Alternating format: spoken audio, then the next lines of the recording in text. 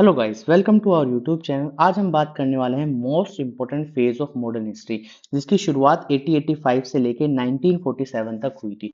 बहुत ज़्यादा इंपॉर्टेंट है। मोस्टली क्वेश्चंस यहीं से आते हैं, कहीं और से नहीं आते। तो सारी चीज़ हम यहीं से पढ़ेंगे। तो शुरुआत करते हैं। इसकी शुरुआत जो हुई थी वो हुई थी इंडियन नेशनल कांग्रेस की स्थापना से। अगर मैं बात करूँ यहाँ पर कांग्रेस वर्ड की का मतलब होता है ग्रुप ऑफ पीपल। अगर मैं शुरुआत की बात करूं कि कांग्रेस की शुरुआत कब हुई थी, तो 28 दिसंबर 1885 में बॉम्बे में हुई थी। अगर इसके इनिशियल नेम की बात करूं तो इंडियन नेशनल यूनियन था। बाद में कांग्रेस नाम पड़ा था। वो किसने सजेस्ट किया था? दादा भाई नौरोजी ने सजेस्ट किया था। इसके फाउंडर की बात करूं तो एओ हुम थे। एओ हुम कहां से थे? स्कॉटलैंड से थे। ये भारत में इंडियन सिविल सर्विस के ही एक अधिकारी हुआ करते थे, जो कि एक रिटायर्ड ऑफिसर थे, और वायसराय लॉर्ड डफिन के कहने पर ही इंडियन नेशनल कांग्रेस की स्थापना की थी। अगर फर्स्ट प्रेसिडेंट की बात करूं तो डब्ल्यू सी बनर्जी थे। डब्ल्यू सी बनर्जी थे। आगे बात करते हैं। अगर मैं बात करूं और डिटेल में जाने के लिए, तो ये बात ध्यान रखना कि जो फर्स्ट वुमेन थी, फर्स्ट वुमेन, ध्यान रखना मैंने बोला फर्स्ट वुमेन, यहाँ पर ये दो बार लिखा गया। फर्स्ट वुमेन क्या है? फर्स्ट वुमेन बोला है, फर्स्ट इंडियन वुमेन नहीं बोला। अगर फर्स्ट वुमेन की बात करें तो एनी बेसेंट थी। एनी बेसेंट जो थी वो फर्स्ट वुमेन थी जो प्रेसिडेंट बनी थी। अगर फर्स्ट इंडियन वुमेन की बात करें तो वो सरोजनी नायडू थी। अब इसके अलावा हमें कुछ और इंपॉर्टेंट पॉइंट्स भी याद रखने हैं, ठीक है। अगर मैं बात करूं, सबसे जो पहले इंडियन प्रेसिडेंट बने थे 1886 में, वो दादा भाई नौरोजी थे। और सबसे ज्यादा बार भी, मैक्सिमम टाइम भी प्रेसिडेंट बनने वाले कौन व्यक्ति थे? वो थे दादा भाई नौरोजी थे, जो 1886 में बने, 1893 में बने और 1906 में बने। मैं यहाँ पे लिख देता हूँ 3 साल, 1886, 1893 और 1906 के अंदर जो बने थे। कौन बने थे? दादा भाई नौरोजी, जो सबसे ज्यादा बार मैक्सिमम टाइम पे बने थे, ठीक है। और अगर मैं मैक्सिमम टाइम पे बात करूं, सेशन कहाँ पर हुआ था? वो हुआ था कोलकाता के अंदर, ठीक है। अब बात करते हैं आगे के बारे में।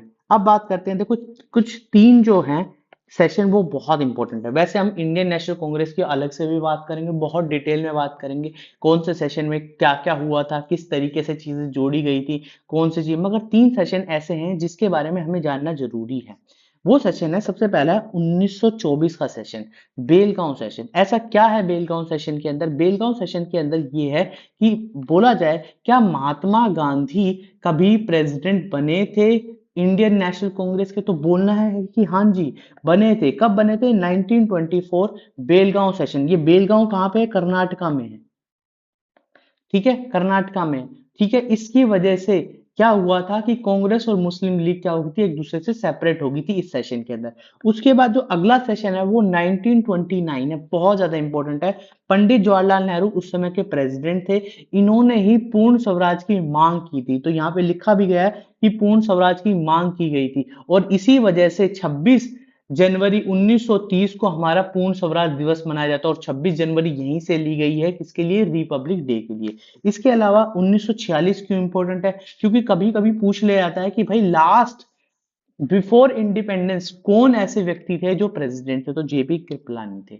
ये याद रखना है कि इंडिपेंडेंस से पहले कौन व्यक्ति थे, ठीक है। ये चीज यहां से इतनी इंपॉर्टेंट चीज आपको याद रखनी है। इसके अलावा अभी और चीजें याद नहीं रखनी। तो अब बात करते हैं नेक्स्ट पॉइंट के बारे में, जो है पार्टीशन ऑफ बंगाल। इसके बाद सीधा हुआ था 10 साल के बाद, 10 नहीं 20 ईयर्स, 20 ईयर्स के बाद पार्टीशन ऑफ बंगाल हुआ था 1905 के अंदर। तो अब यहां से कहानी की शुरुआत होती है, किस तरीके से पार्टीशन ऑफ बंगाल हुआ और क्यों किया, ये चीज आपको जाननी जरूरी है, ठीक है। तो अगर मैं बात करूं पार्टीशन ऑफ बंगाल का रीजन क्या था। पार्टीशन ऑफ बंगाल का जो रीजन था, वो सभी को पता है कि वहां पर क्या था कि एक फूट डालने वाली नीति अपनाना चाहती थी। कौन अपनाना चाहते थे? अंग्रेज लोग। जो उस समय के वायसराय थे लॉर्ड कर्जन, उन्होंने क्या कहा कि ये रीजन दिया कि बंगाल के लोगों से राष्ट्रवाद की भावना को कुचलना है और हिंदू मुस्लिम में फूट डालनी है। ये दो कारण थे जिसकी वजह से लॉर्ड कर्जन ने उस समय पे डिक्लेरेशन कर दी। मगर बाद में बोला गया कि ऐसा नहीं है, एडमिनिस्ट्रेशन हम संभाल नहीं पा रहे, एक बहुत बड़ा एरिया है, जिसकी वजह से हमें क्या करना पड़ेगा? बंगाल का पार्टीशन करना पड़ेगा। ठीक है, तो इसी वजह से जो पार्टीशन डिक्लेयर हुआ था वो 20 जुलाई 1905 को हुआ था, अप्लाई जो हुआ था वो 16 अक्टूबर 1905 को हो गया था। इस समय के वायसराय कौन थे ये आप याद रख लेंगे। अगर डिवीजन की बात करूं तो वेस्ट बंगाल और ईस्ट बंगाल के रूप में यहाँ पर डिवीजन की गई थी। वेस्ट बंगाल और ईस्ट बंगाल के रूप में यहाँ पर डिवीजन की गई थी। डिवीजन इस तरीके से की गई थी कि जो कह सकते हैं कि एक जगह पर ये कह सकते हैं कि जो हिंदू लोग थे वो बहुत ज्यादा मात्रा में थे और एक जगह पर मुस्लिम्स लोग थे जो वो बहुत बड़ी मात्रा में थे, जिसके कारण जो ये मूवमेंट ये कह सकते हैं कि पार्टीशन हुआ था, इसकी वजह से फूट डलनी स्टार्ट हो गई थी किसके बीच में, इंडियंस और कह सकते हैं इंडियंस हिंदू और इंडियंस मुस्लिम्स में। ठीक है, तो इस तरीके से याद रखना कि बंगाल में कौन कौन से राज्य थे।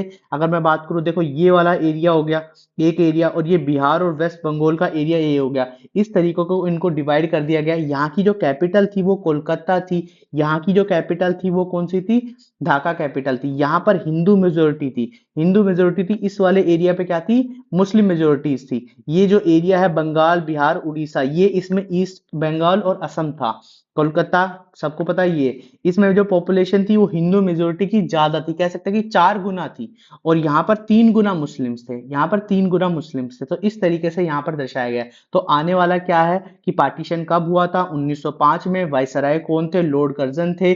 कौन कौन से एरिया में पार्टीशन हो गया, वेस्ट बंगाल और ईस्ट बंगाल के बीच में। कैपिटल पूछ लिया जाए तो कोलकाता कैपिटल रखी, यहाँ पर ढाका कैपिटल रखी। बस इतनी चीज यहाँ पर ध्यान रखनी है, इसके अलावा कोई चीज यहाँ पर ध्यान नहीं रखनी है। चलो, अब इसके बाद ये हो गया भाई, बंगाल का विभाजन हो चुका था। बंगाल के विभाजन के बाद क्या हुआ, एक मूवमेंट शुरुआत हुई जिसका नाम था स्वदेशी बाइकॉट मूवमेंट। स्वदेशी बाइकॉट मूवमेंट, इसमें क्या था, इसमें ये देखा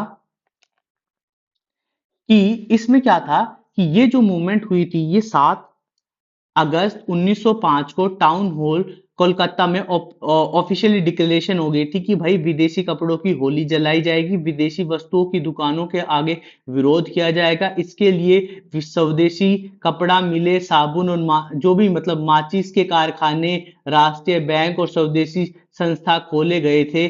ठीक है, उन सबको बैन कर दिया गया था। जो भी चीजें थी कि भाई जो अंग्रेजों से मिल रही हैं उन सभी को क्या कर दिया था, एक समय के लिए ये कर दिया था कि हम उसका इस्तेमाल नहीं करेंगे, हम खादी का इस्तेमाल करेंगे। ठीक है, और बाद में यहाँ पर कांग्रेस भी जुड़ गई थी इस मूवमेंट में। तो अंग्रेजों ने देखा कि कांग्रेस भी स्वदेशी बायकॉट मूवमेंट में शामिल हो गई है, तो अंग्रेजों की समझ में आने लगा कि हमें किसी भी तरह से एक ऐसा राजनीतिक दल बनाना होगा। आगे जाके ये पता चलेगा कि कौन सा ऐसा राजनीतिक दल बना था जो कांग्रेस के विरुद्ध बना था। ठीक है, तो इतनी बात यहां से समझ आई कि 1905 में पार्टीशन हुआ जिसकी वजह से स्वदेशी मूवमेंट की शुरुआत हुई। डिक्लेरेशन कब हुई थी, पार्टीशन डे 16 अक्टूबर 1905 में। अगर इसके जो लीडर थे, मेन लीडर कौन थे, बाल गंगाधर तिलक, बिपिन चंद्र और लाला राजपत राय। इतनी बात तुम्हें याद रखनी चाहिए। इसमें क्या बाइकआउट किया था, ब्रिटिश गुड्स या जो भी अंग्रेजों से रिलेटेड था वो सब कुछ क्या कर दिया था, सब कुछ बाइकआउट कर दिया था। जिसमें कि भाई picket at a shop selling British cloth, ये सब चीजें। और आग आग में क्या कर दिए थे, अंग्रेजों के जो क्लोथ थे वो डालने स्टार्ट कर दिए थे। इतनी बात यहाँ पर थी। तो इसमें प्रमोट क्या किया था, प्रमोट क्या किया था, खादी को इस्तेमाल करो ज्यादा से ज्यादा। ठीक है, स्वदेशी एंटरप्राइज और बैंकों को इस्तेमाल करो, स्वदेशी एजुकेशन को प्रमोट करो। तो ये सब चीजें प्रमोट करने के लिए दिया गया था। इसका मेन एम क्या था, राज सेल्फ रूल। तो अभी तुम्हें याद क्या रखना है, बस इतना याद रखना है कि 1905 में स्वदेशी बाइकआउट मूवमेंट आई थी। किसके अगेंस्ट आई थी, 1905 में क्या हुआ था, पार्टीशन हो गया था बंगाल में, उसके अगेंस्ट। जो इसके मेन लीडर्स थे वो याद रख लेना, बाल गंगाधर तिलक, बिपिन चंद्र पाल, लाला लाजपत राय। ठीक है, प्रमोशन क्या हुआ था, खादी और टेक्सटाइल्स का इस्तेमाल किया गया था, खादी का इस्तेमाल किया गया था। और टारगेट क्या था, ब्रिटिश गुड और टाइटल्स को उनको बाइकआउट किया गया। बस इतनी चीज यहां से याद रखनी है।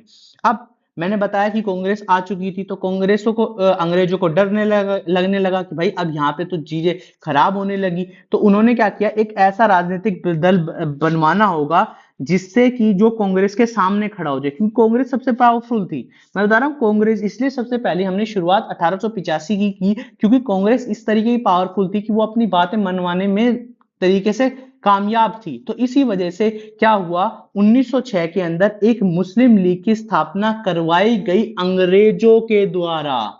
ये जो थी तरीका था, ये अंग्रेजों के द्वारा कराया गया था। ये मुस्लिम्स ने खुद से नहीं किया गया, क्योंकि पता था कि भाई बंगाल का पार्टीशन हो चुका है, हिंदू और मुस्लिम्स को लड़वाने के लिए अंग्रेजों ने सारा काम कर लिया था। तो अब मुसलमानों के दिमाग में ये बात डालनी शुरुआत कर दी कि आपको हिंदू से अलग एक पार्टी बनानी होगी जो कांग्रेस के विरुद्ध होगी, क्योंकि अगर आप ऐसा नहीं करोगे तो जब भारत की शासन व्यवस्था और प्रशासन व्यवस्था की भागीदारी आएगी तो उसमें कांग्रेस ही सबसे बड़ा मेन लीडर अपना लेकर आएगी, या कह सकते हैं कि जो कांग्रेस ही है वो उसका फायदा उठा लेगी।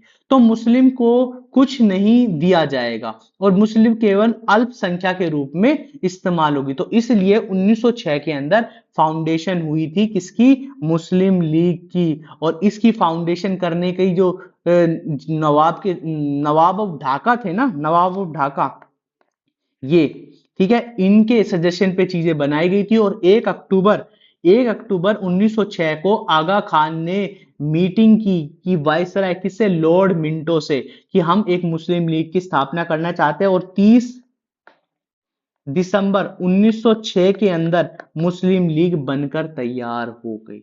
और इसका जो पहला सेशन हुआ था वो कराची में हुआ था, जिसके बस कराची में याद रख लेना, ज्यादा प्रेसिडेंट याद रखने की जरूरत नहीं है, ठीक है। तो आगा खां जो थे इसके एक तरीके के की फाउंडर थे, जो प्रेसिडेंट और हेड ऑफ शिमला डिप्यूटेशन थे। ये क्या है शिमला, इसके बारे में बस याद रखना कि ये कॉन्फ्रेंस हुई थी। ये कब से हुई थी? 1906 से लेके 1909 तक चीजें चली थी। इसके अंदर क्या क्या चीजें थी ये थोड़ा सा बस पढ़ लेना। इसमें क्या याद रखना है, क्या हुआ था, किस वजह पे हुआ था, यहां से याद रख ले। इनिशियल फॉर्मेशन क्या थी कि मुस्लिम लीडर को क्या कर सकते हैं कि पावरफुल बनाना था, कि मुस्लिम लीग को भी एक तरीके से पावरफुल लाना था, और एक जो कह सकते हैं कि ब्रिटिश गवर्नमेंट के अंदर एक अच्छे तरीके से मुस्लिम्स को भी हकदार बनाना था। तो इसी वजह से चीजें करनी स्टार्ट कर दी थी। अब बात करते हैं आगे के बारे में। तो 1907 के बारे में बात करते हैं। 1907 में क्या हुआ था? अब मुस्लिम लीग बन गई, मुस्लिम लीग का पहला सेशन भी हो गया। अब कांग्रेस का सेशन आया, कांग्रेस का सेशन आया सूरत वाला। कौन सा सेशन? 1907 का सेशन। अब क्या हुआ, यहां पर दो गुट थे, गर्मपंथी लोग और नरमपंथी लोग। तो गर्मपंथी लोग चाहते थे कि इंडियन नेशनल कांग्रेस का जो सेशन हो ना वो नागपुर में हो, जो उसका क्षेत्र था। मगर नरमपंथी लोग चाहते थे कि इसका सेशन सूरत में हो, जिससे विवाद बढ़ गया और नरमपंथी के लोगों ने प्रेसिडेंट भी अपने लोगों को बना दिया। ठीक है, जो प्रेसिडेंट कौन थे? रास बिहारी घोष थे। ठीक है, तो जिसकी वजह से कांग्रेस क्या होगी? दो भागों में बट गई, दो भागों में बट गई। एक भाग में कौन थे? बाल गंगाधर तिलक थे। ठीक है, और कह सकते हैं कि आगे जाकर क्या हुआ कि बाल गंगाधर ने इसी वजह से अपने लोगों के साथ कांग्रेस से अलग होकर, मगर इसका फायदा अंग्रेजों ने उठा लिया था बाद में, क्योंकि 1908 के अंदर बाल गंगाधर तिलक पर राजद्रोह का मुकदमा चलवाया था। और इसी से अंग्रेजों ने कहा था कि तिलक कांग्रेस के विरोधी हो गए हैं, और वो बार बार धमकी दे रहे हैं कि बम फेंका जाएगा, बम फेंका जाएगा। और इसी वजह से 6 वर्ष का कारावास भी हो गया था। तो नुकसान किसको हुआ? ये कांग्रेस स्प्लिट हुई, अंग्रेजों का तो फायदा हुआ। अंग्रेज क्या चाहते थे? अंग्रेज चाहते थे भाई किसी तरीके से क्या हो जाए कि भाई कांग्रेस क्या है? स्प्लिट हो जाए, कांग्रेस क्या है? टूट जाए किसी तरीके से। तो ये टूट गई 1906 के अंदर। किस भाग में टूटी? नरमपंथी और गर्मपंथी में। कह सकते हैं ये नाम लिखे हुए हैं, मॉडेस्ट और एक्सट्रीमिट्स। ठीक है, मैं हिंदी में भी बता रहा हूँ, हिंदी वाले स्टूडेंट्स भी तैयार रहे। अगर हिंदी में कंटेंट चाहिए तो हिंदी में भी प्रोवाइड हो जाएगा। कौन कौन लीडर की थे? दादा भाई नौरोजी थे, दादा भाई नौरोजी थे। सुरेंद्रनाथ बनर्जी थे, गोपाल कृष्ण गोखले थे। प्रेसिडेंट कौन बना था इसमें? राज बिहारी घोष बने थे। ठीक है, और एक्सट्रीम्स के कौन थे? लाला लाजपत राय, बाल गंगाधर तिलक। इन पे तो कारावास हो गया था। लाल पाल, ये कैसा है, लाल बाल पाल, तीनों जो थे मेंबर्स थे, father of Indian unrest Bipin Chandra Pal थे, और 220 घोष थे। ये सब के सब किसमें थे? ये नाम याद रखने हैं। कौन था पूछा जा सकता है, ऑप्शन दिया जा सकता है, कौन सा नरम है कौन सा गरम दल में है। कब हुई थी? 1907 में। किसका सेशन था? सूरत का। क्यों था? मैंने रीजन भी बता दिया है। और इसमें क्या हुआ था बस इतना याद रखना है कि भाई 1907 में कांग्रेस की स्प्लिट हुई थी, दो गुटों में बट गए थे, मॉडरेस्ट और एक्सट्रीम्स, नरम दल और गरम दल के अंदर। ठीक है, इनमें कौन कौन थे? ये तीन बंदों का नाम याद रखना। प्रेसिडेंट कौन थे इसमें? राज बिहारी घोष थे। इस तरीके से चीजें चलती चली जाएंगी। ठीक है, इस तरीके से आगे बात करते हैं। इसके बाद क्या हुआ, इसके बाद हुआ 1906 का मार्ले मिंटो रिफॉर्म। इसके जो सेक्रेटरी थे वो जॉन मार्ले थे और अर्ल ऑफ मिंटो नाम के वाइसरॉय ऑफ इंडिया थे। ठीक है, इनका एम क्या था 1892 में, कि भारत के अंदर अधिनियम आते थे वक्त वक्त पर, तो उनके अंदर कमियां जो थी वो दूर करना था। ठीक है, अभी हम पढ़ेंगे, जब थोड़ी हिस्ट्री ज्यादा पढ़ेंगे पॉलिटी वगैरह में, तो वहां पर देखेंगे कि कौन कौन से आते थे। ठीक है, और दूसरी चीज कि भारत में जो बढ़ रही घटनाएं थी ना, क्रांतिकारी घटनाएं, उनको रोकना था, उनका दमन करना, मतलब कह सकते कंट्रोल लेके आना था। तो इसलिए ये चीज करने के लिए तैयार थे। मगर इन्होंने क्या किया, डिवाइड एंड रूल पॉलिसी का इस्तेमाल किया। देखा होगा ना 1905 के अंदर बंगाल का विभाजन कर दिया, उसके बाद मुस्लिम लीग को अलग से क्या दे दिया इन्होंने, अधिकार देना स्टार्ट कर दिया। इसी के अंदर क्या किया, इसी एक्ट के अंदर मुस्लिम्स को क्या दे दिया, सेपरेट इलेक्टोरेट दे दिया, कि जो इलेक्शन का अधिकार उनको सेपरेट दे दिया, उनको एक स्पेशल राइट दिया कि वो दो वोट डाल सकते हैं, एक तो अपने मुस्लिम कैंडिडेट को डाल सकते हैं, एक किसी को भी डाल सकते हैं। और इसी वजह से सबसे ज्यादा तो जो फूट पड़ी ना भारतीयों के अंदर, वो इसी एक्ट से पड़ी। और गांधी जी ने तो कहा भी था कि मार्ले मिंटो रिफॉर्म एक्ट ने भारत का सर्वनाश कर दिया है, क्योंकि मार्ले मिंटो ठीक है, इसी वजह से, इसलिए मार्ले को मिंटो ने एक लेटर भी भेजा और उसमें लिखा कि हम नाम के दांत कह सकते हैं नाग के दांत को बो रहे हैं, जिसका परिणाम बहुत ज्यादा भीषण होगा एक समय पे। ठीक है, कहने की बात ये थी। तो ये अगर मैं बात करूं 1909 के अंदर एक्ट आया था, मार्ले किस किसके थे, सेक्रेटरी ऑफ स्टेट कौन थे, वाइसराय कौन थे, इनका गोल क्या था, moderate response to the Indian unrest. ठीक है, स्प्लिट कॉन्स्टेंट जो मतलब क्या थे, कि अभी जो 1907 के अंदर जो स्प्लिट हुआ उसके बारे में था। इनकी पॉलिसी क्या थी भाई, डिवाइड एंड रूल गेम खेल रहा है, डिवाइड एंड रूल गेम खेलने के चक्कर में मुस्लिम को क्या दे दिया, सेपरेट इलेक्टोरेट दे दिया, स्पेशल वोटिंग राइट दे दी कि दो वोट दे सकते हैं। ठीक है, ये सब चीजें थी। इतनी बात समझ आई, इतनी बात समझ आई, बाकी इसमें कुछ चीज पढ़ने की जरूरत नहीं है, बस इतना ही पढ़ने की जरूरत है। अब इसके बाद ये चीज तो हो गई। ठीक है, अब इसके बाद ना 1911 में कुछ हुआ। 1911 के अंदर दिल्ली दरबार लगाया गया। अब ये दिल्ली दरबार कैसा है, क्या है, दिल्ली दरबार के बारे में भी कुछ हम पढ़ने वाले हैं। तो दिल्ली दरबार क्या था इस समय पे, दिल्ली दरबार में क्या हुआ कि इस समय दिल्ली दरबार लगाया और कुछ भारतीयों को नुकसान हुआ। क्यों नुकसान हुआ, क्योंकि इस समय क्या हुआ कि जो अंग्रेजों के जो किंग थे ना, उस समय के जो किंग जॉर्ज पंचम थे, वो भारत के अंदर आए थे और उन्होंने गेटवे ऑफ इंडिया मुंबई में बनाया था उनके वेलकम में। और इसी वजह से, और बाद में जाके क्या हुआ कि कह सकते हैं रविंद्रनाथ टैगोर ने क्या किया था, रविंद्रनाथ टैगोर ने उनके आने पर जन गण मन की को गाया था, कैसे लिखा था उस समय, रविंद्रनाथ टैगोर वॉज रिटन जन गण मन फॉर हिज वेलकम। तो इसी वजह से कह सकते हैं कि जो पहली बार जो गाया था 1911 के अंदर कोलकाता सेशन कांग्रेस में गाया था, जिसके किसने गाया था, रविंद्रनाथ टैगोर जी ने गाया था। और इसी वजह से ब्रिटिश ने आगे जाकर उनको नाइटहुड की उपाधि भी दी गई थी।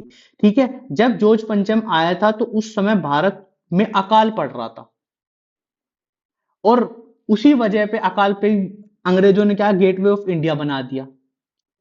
ठीक है, और उसका भव्य स्वागत किया गया, दूध की नदियां बहाई गई, बहुत सारा खर्च किया गया, जिसके विरोध में भारत में क्रांतिकारियों ने विरोध किया कि भाई ये तो गलत है ना, कि पहले ही इतना पैसा नहीं है भारत के पास, भारत के अंदर पहले से ही अकाल पड़ा हुआ है, और इस समय के तुम क्या कर रहे हो कि तुम नई नई चीजें बना रहे हो। चलो ये काम तो किया ही किया, इसके अलावा जो काम दिल्ली दरबार में हुआ वो दो काम हुए कि दिल्ली को कैपिटल डिक्लेयर कर दिया गया। जो कैपिटल पहले कोलकाता हुआ करती थी, अब वो दिल्ली होने लगी। ये जॉर्ज पंचम ने उस समय डिक्लेयर, और जो पार्टीशन हुआ था उसको भी कैंसिल कर दिया। ये अच्छा काम हुआ था। तो कह सकते हैं कि उस समय के जो वाइसराय थे लॉर्ड हार्डिंग, इन पे आगे बॉम्ब भी फेंका गया था। ठीक है, कौन इनके लिए, किसके लिए वेलकम कर रहे थे, ब्रिटिश किंग जॉर्ज पंचम का वेलकम कर रहे थे।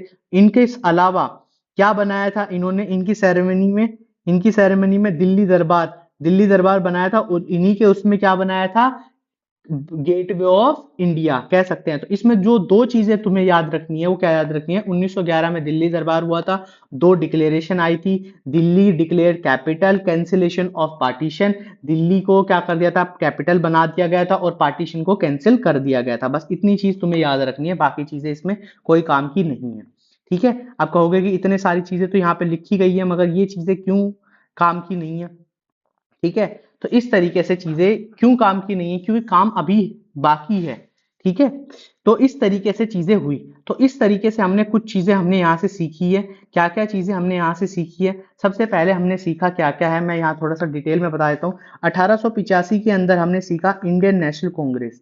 उसके बाद 1905 के अंदर हमने क्या सीखा कि देखा पार्टीशन किस तरीके से हुआ। ठीक है, 1905 के बाद 1906, 1905 में स्वदेशी बाइकआउट मूवमेंट हुई। 1905 के बाद 1906 के अंदर मुस्लिम लीग की स्थापना हुई। 1907 में क्या हुआ, कांग्रेस स्प्लिट हो गई। कांग्रेस स्प्लिट होने के बाद 1908, 1909 में मार्लियामेंटो रिफॉर्म आया। मार्लियामेंटो रिफॉर्म के बाद 1911 में दिल्ली दरबार लगाया।